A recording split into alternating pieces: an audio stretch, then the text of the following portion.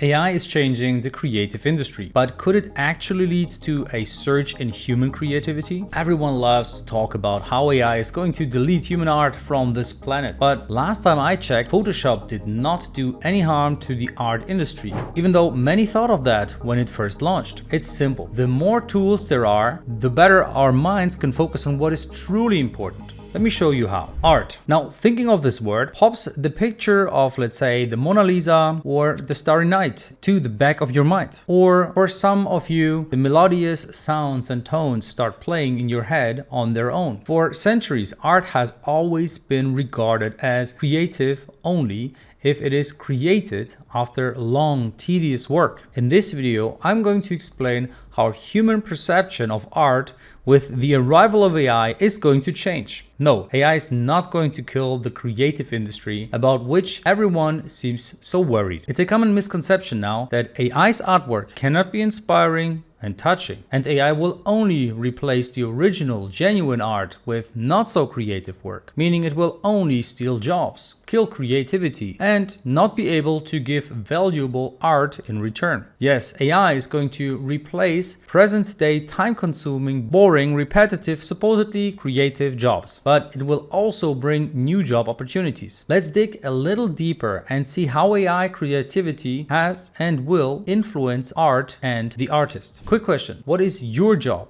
And are you worried about AI stealing your job? Tell us in the comment section down below. So, types of human creativity. Margaret Bowden, a cognitive science expert, says that there are two types of human creativity. Psychological or personal, so the P-type creativity, and P-type creativity is when someone thinks of something new to them, even if others have thought of it before. Historical creativity, so the H-type, and H-type happens when someone thinks of something completely new. Like Archimedes' Eureka moment. It might have sounded absurd 50 years ago, but today AI has the capability to create both types of creativity. AI achieving human-level creativity. Marcus de Soto, a British mathematician and the author of The Creativity Code, also disagrees with the concept that AI is only capable of monotonous imitating art. Rather, it's quite contrary to that. In 2016, research was published about text-to-image generative AI. After this, the role of AI transformed the whole creative industry. Now AI can create something new even if unique prompts are given. It will create entirely new visual art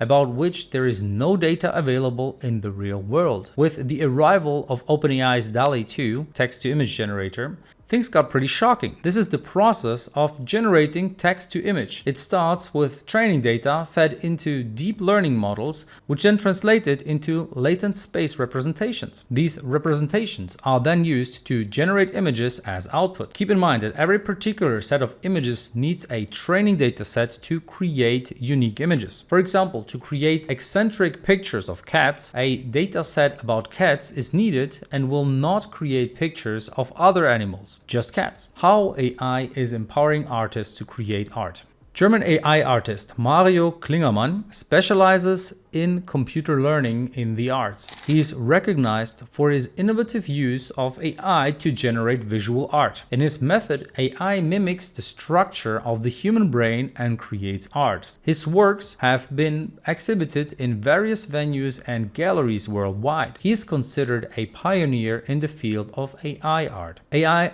is also reviving the lost music. For example, Ella Fitzgerald's AI generative music cover, restoration of ancient compositions, like the recreation of Beethoven's music that he never finished. These innovations keep old music alive for future generations to enjoy. AI is making new music too, like the album Hello World, made by a program called Flow Machines. It was made by people at Sony CSL Research Laboratory. One song on the album, Daddy's Car, sounds like the Beatles. Something new, it turns me on. It shows how AI can copy and make new things. I can say AI is a friend, not an enemy. Surely, it will change the nature of jobs, but that has been happening for a long time. As it is said, nothing is new under the sun. The camera brought photography jobs, the internet came and brought thousands of new jobs. Similarly, AI is not only mimicking human composers, but also pushing the boundaries of musical creativity, offering new tools and possibilities for both amateur and professional musicians, thus giving new opportunities. So now I'm wondering, what new jobs do you think AI is going to create? Please let me know in the comments down below. Now, let's come to the question of how AI will affect your human brain, means your creativity. Will it make you more intelligent or more dumb? The more ideas you give your brain, the better it can come up with original solutions. If you use AI during your creative process, it can help you stay in the flow. If your creativity is more deliberate, AI can guide you with outlines, examples, and hints, making it easier and faster to find creative solutions. Don't forget, not everyone is creative. Not even half of the world's population is creative. Maybe 20%. My guess is that's pretty high. What about others who are not very artistic, or the ones who could not get into expensive art schools? AI will help them all. It will help artists to overcome creative blocks, will make creative processes more accessible, will make things easy for those with disabilities, will encourage the struggling artists, will lead to innovative experimentation, and will boost efficiency. AI has another side of the story too. AI will not be able to produce the art that is created as a result of emotional